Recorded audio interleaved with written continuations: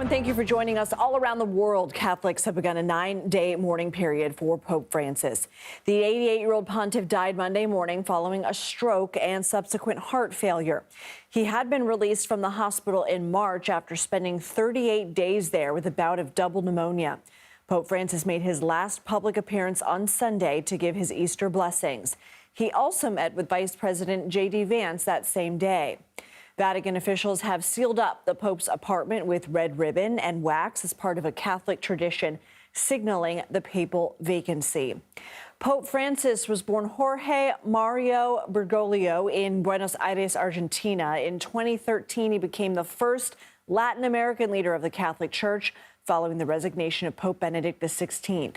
Cardinal Timothy Dolan, the Archbishop of New York, paid tribute to the Pope following a special mass at St. Patrick's Cathedral in Manhattan Monday. He taught us that who we are is more important than what we can do, but what he was as a child of God, created in God's image and likeness, destined for all eternity, given the high office of the successor of Peter. What he was so much more important than what he could do. In his last will and testament, Pope Francis said in part, quote, "The suffering that has become present in the last part of my life, I have offered to the Lord for peace in the world and brotherhood among peoples."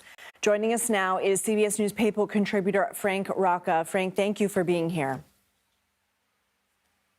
Thank you. How are people in Rome reacting to the Pope's death, and how will he be remembered?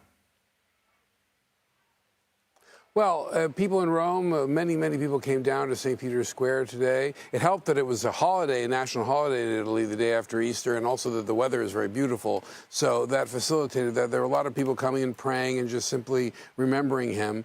His legacy is a rich one and a complex one, I think. Certainly he put an emphasis on social and economic justice and on the poor and on the environment, and that may have had a big impact. Within the church, he was a controversial figure.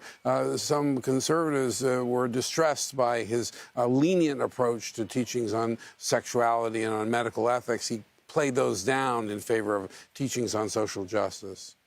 In the Pope's last will and testament, he says the only inscription on his tomb should be Franciscus. What does this mean, and why is that significant? Well, it doesn't say Pope, and so I guess he has said many times that he wanted to be thought of as a pastor, or he said, "Call me Father Jorge."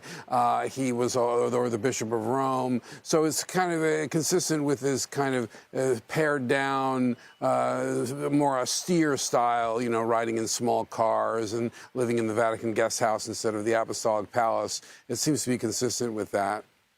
The Vatican says the general public can begin paying their respects as early as Wednesday. What more can you tell us about funeral plans and how they may differ from previous papal funerals?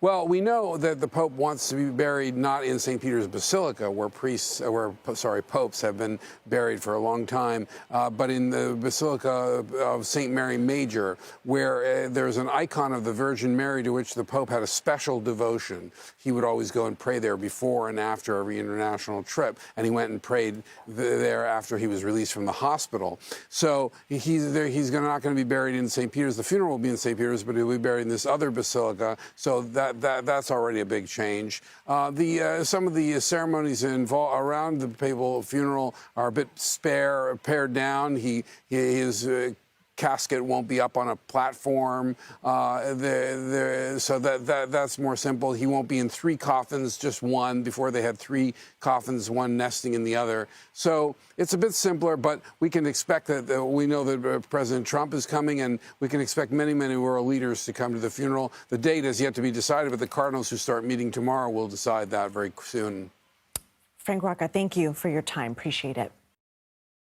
For more, let's bring in Joe Ferullo. He's the CEO and publisher of the National Catholic Reporter. Joe, Francis will be remembered for being one of the most progressive and inclusive popes in the history of the church. He championed migrants' rights, advocated for the poor, acknowledged climate change.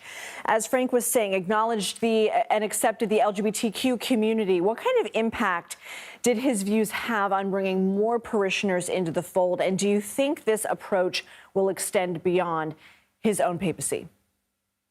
Thank you for having me. I think he had a tremendous impact on more progressive Catholics and young Catholics, especially in this country, by pointing out those issues you just talked about, gay Catholics, the environment, divorced Catholics, being a little bit more accepting and open to people who are on the margins meant a lot to young people. I think a lot of young people who had one foot out the church door after all the priest abuse scandals stopped and turned around. They didn't walk back in right away, but they paid attention to Francis, and a lot of them did come back in. Will that carry on after he's gone? He was controversial, as you've been talking about, so it's hard to say. But I think the conclave will make a decision to keep it on. Francis appointed many of the cardinals, a vast majority of them actually, who will be voting in this conclave. And I think he did that with the intention of making sure, as much as he can, that his legacy carries on. The church, we know, has been plagued by financial and sexual abuse scandals for several decades. How did Pope Francis help in those areas? Where do his critics think he fell short? Well, I think he helped most in the area of the sex abuse scandal. He was really the first pope who took action on it.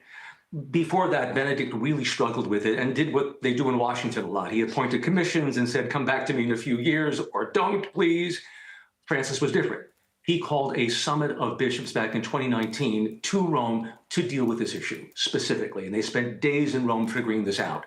They then came out shortly thereafter with a whole bunch of new rules and regulations demanding that the church and bishops be much more transparent about what's been going on and how they plan on dealing with it. I think that went a long way to healing a lot of the rifts between Catholics in the pews and the bishops working above them. So we've been talking about whether this legacy will carry on. What can you tell us about the process of choosing the next pope and what we can expect over the next few days and weeks? Well, it's a lengthy process. So you have this period of mourning, and then you'll have a funeral, most likely on Saturday. That period of time allows people from all around the world to come into Rome, global leaders, the cardinals he's appointed, and begin to assemble. This is a time for the possible popes to start doing a little politicking, although very quietly. It's one of those jobs where if you politic too much, you're not going to get it.